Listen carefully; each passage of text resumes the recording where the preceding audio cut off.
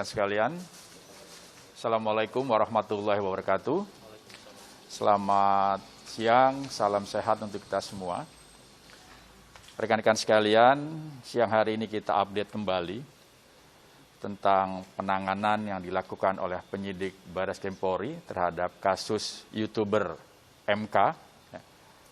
Kita ketahui bersama sudah ada laporan polisi nomor 500, kemudian ditindaklanjuti oleh penyidik untuk mengumpulkan alat bukti, dan beberapa hari yang lalu telah ditingkatkan dari penyelidikan menjadi penyidikan, dan yang berikutnya yang bersangkutan pun telah ditetapkan sebagai tersangka.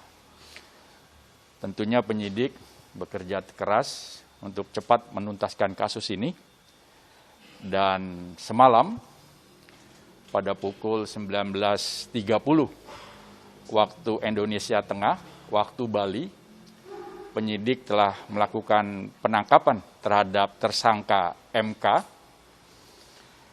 di Banjar Untal-Untal, Desa Dulang, Kecamatan Kuta Utara, Kabupaten Badung, Provinsi Bali.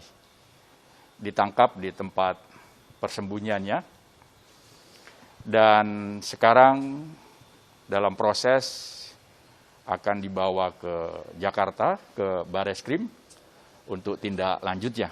Mungkin sore ini akan tiba, tentunya juga melalui protokol kesehatan yang harus diterapkan terhadap baik kepada penyidik maupun terhadap tersangka. Kita tunggu saja hasil tindak lanjut dari penangkapan ini, yang tentunya ini menjadi bagian Polri secara serius untuk menuntaskan permasalahan yang tentunya telah membuat kegaduhan di tanah air ini, khususnya umat Muslim di Indonesia. Ini saja rekan-rekan sekalian yang dapat. Ya,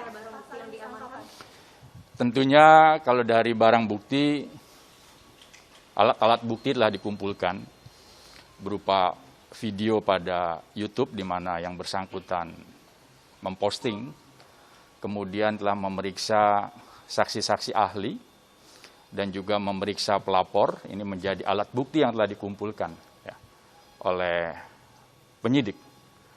Berdasarkan alat bukti tersebut, penyidik meyakini bahwa diduga keras telah terjadi tindak pidana, yaitu secara sengaja dan tidak sah menyebarkan informasi yang dapat memunculkan rasa kebencian, rasa permusuhan di masyarakat berdasarkan SARA. Ini diatur dalam Undang-Undang ITE pasal 28 ayat 2 dan juga junto pasal 45A ayat 2. Dapat dijerat hukuman itu, bisa ancaman pidananya penjara 6 tahun. Atau juga peraturan lain yang relevan, yaitu pasal 156A Kitab Undang-Undang Hukum Pidana. Itu mengenai penodaan agama. Kira-kira pasal itu yang dikenakan terhadap yang bersangkutan. Tentunya kalau kita lihat dari peristiwa, setelah muncul di masyarakat, tidak ada upaya dari yang bersangkutan untuk bisa mengklarifikasi terhadap masalah ini ke penyidik. Jadi penyidik melakukan penangkapan pada tempat persembunyiannya di Bali. Bali itu tuh tempat keluarganya atau mahasiswa, dan rumah asalnya dia di mana, dan apakah memang selama ini dia berpindah-pindah gitu, Pak? Yang jelas ketika postingan video yang menjadi gaduh tersebut, penyidik telah melakukan identifikasi dan bersangkutan ada di Bali. Jadi ketika peristiwa itu dilakukannya di Bali, pada salah satu tempat persembunyian yang bersangkutan, di sekitar Badung, Provinsi Bali. Gitu. Motifnya apa ya Pak melakukan? Nanti itu didalami lagi. Motifnya apa, yang bersangkutan membuat satu konten video yang diposting dalam YouTube. Ya. Ini nanti akan didalami oleh penyidik. Ya. Nanti pasti akan kita ketahui bersama motif apa daripada yang bersangkutan membuat satu konten dan diposting dalam kanal YouTube. Ini melakukannya sendiri atau ada yang lain juga, Pak?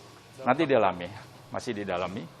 Nanti penyidik akan tahu itu semua, apakah dia melakukan itu sendiri atau ada pihak-pihak yang membantu melakukan, pasti nanti itu akan didalami oleh penyidik. Ya. Ini langsung ditahan di rutan Bareskrim, Pak? Ya, kalau tidak ada halangan sore ini akan tiba di Bareskrim untuk mempertanggungjawabkan perbuatannya. Baik, rekan-rekan sekalian. Pak, dia, Pak? Ya. Atau ada pihak yang membantu menyembunyikan, dia kan disebutkan bersembunyi. Ya, Tempat persembunyiannya sendiri dia. Ya.